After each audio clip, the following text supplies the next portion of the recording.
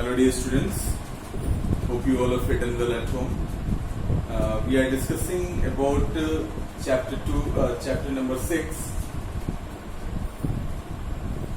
algebraic expression and identities.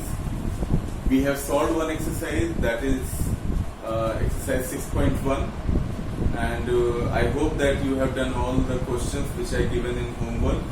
If you have any problems, you can ask me in the comment section on YouTube, my YouTube channel. You can ask them there. So today we are going to study about the factorization of any algebraic expression. So how to do the factorization, previous exercises also we have learned, and now also we are going to do the same things with little bit difference. So that you have to understand, and after this we will follow the exercises. First one is a into, if any number is like that, example a into x minus y plus b into x minus y, a into x minus y and b into x minus y. What thing you have found in common? What have you found in common? So you can see that a into x minus y plus b into x minus y, we have x minus y as common. You can see that clearly, x minus y is common. So what else is remained? A and b, there is a positive sign or any mathematical operation. So the common thing we have to write separately, x plus y, and what is remained after taking the common, that you can write separately. What is remained? A plus b. Now this term, this algebraic expression is factorized. So this way you have to do. Some more examples we'll discuss. Next one is x square a plus 4 plus y square a plus 4. X square a plus 4 plus y square a plus 4. You can see clearly a plus 4 is common. So a plus 4 you can write, and what else is remained? X square and y square with a positive sign. Okay, so x square plus y square. Now the algebraic expression is factorized. So this is the way how we are supposed to do these kind of questions if you are getting. So this is the way to solve the particular question. Some more examples, let us see. P into x minus y minus q into y minus x. Can you find the common thing there? P into x minus y minus q into y minus x. So if you see that clearly, there is nothing common. But if you use little tactic, you can see it is y minus x. If it is x minus y, then we can find a common one. If it is x minus y, means here y is positive, x is negative. So what we need? We need positive x and negative y, like that in first term. So what do we have to do? See, x minus y, or you can see, we'll take this, y minus x is the negative of x minus y. Y minus x is the negative of x minus y. So we'll take its negative. Y minus x negative we'll get x minus y.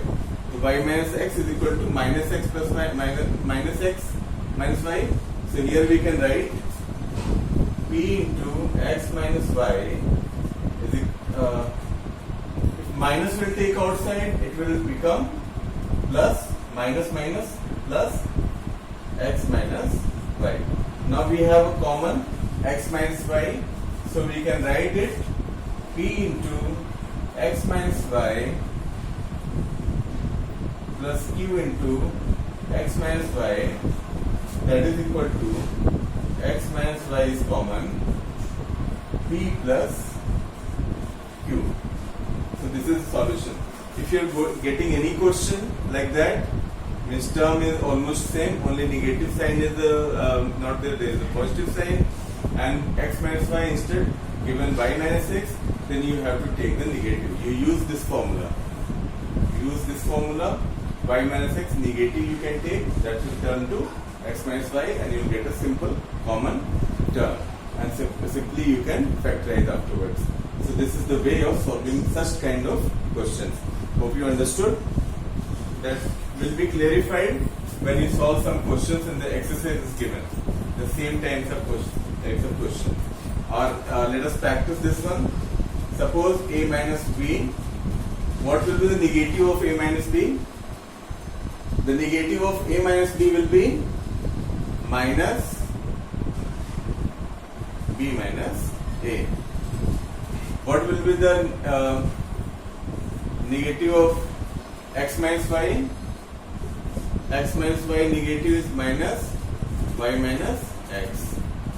Like that we can change and we can find the common term. And if we get the common term, factorization is becoming very easy. So this way you have to find how to solve the question, use little mind and solve the questions given in the exercises. Wherever you found difficulty, you just ask me in the comment section. One more example we'll discuss.